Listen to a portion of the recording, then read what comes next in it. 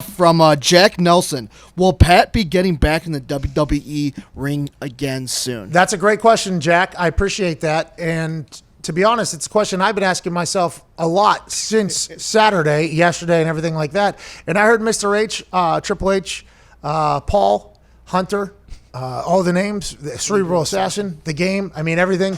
I heard him in a press conference, said a lot of very nice things after. I appreciate that. And then he said, he talked about a conversation that he and I had a couple years ago, 2 years ago, about how I wanted to be a weapon for the WWE. And he thought I was as a commentator. And the entire time I thought I was a wrestler and all that stuff. And a lot has happened in the last 2 years, obviously, since we've had that conversation. But that's something I've wondered as well. I'm not 100% sure. It's one of those things where I was so incredibly thankful that I got a chance to do it, especially at a takeover.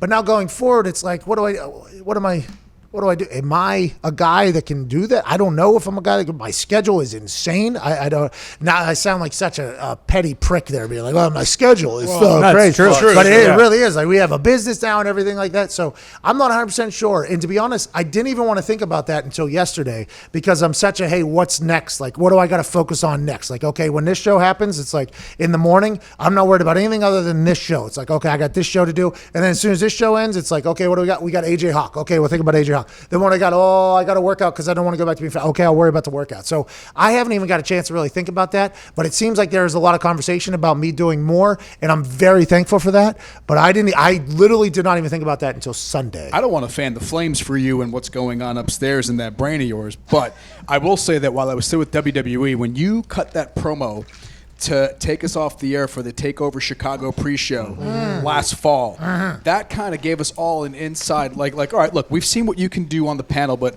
holy shit, the way you were with that crowd. Yeah. I'm just saying what I thought to myself watching on Saturday night was, what would this do to Pat, and what would this be like for Pat in front of a live, sold-out arena? So a lot of my friends that are wrestlers, obviously, I got a lot of text messages from people, a lot of DMs from people, and I'm very thankful for everybody who I have a lot of respect for, saying, hey, appreciate what you did. A lot of people sent me messages in the business that were like, hey, thank you for what you did in there. Because I said this on Busted Open the day before. On Friday, I got a chance to go on Busted Open Radio on Sirius XM with Mark Henry, Boley, LaGreca, Gabby, that entire crew over there. I got a chance to go talk to him, and I said, I've always been a fan of wrestling, and whenever an outsider comes in, whether it's the Saturday Night Live people or Tyson Fury, who's the best boxer of all time, or basically anybody. Gronk. I mean, you go Gronk, yeah, the entire thing that happened on the documentary about Vince Evans show.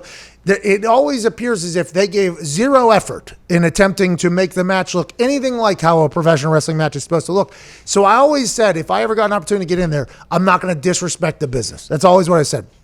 So after the match, obviously hanging the head, sore neck after the big loss. I mean, obviously big loss. Aside from that match, by the way, I'm still undefeated. I got a lot of messages from people in the business that I've always been a fan of that were like, hey, thank you for what you did in there. Like, thank you. I'm like, oh, no, like, thank you for, like, hey, no worries at all, anything like that.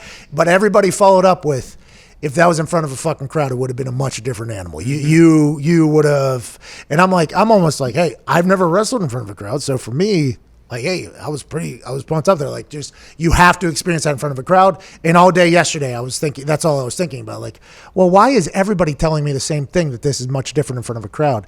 Do I have to I don't know. That's something I just don't know. I don't know the future at this Maybe you point. think about becoming Mr. Pay-Per-View and they give you like 50% of the pay-per-view money. That's a good idea. Smart. Give yourself one of those asshole McGregor deals. move.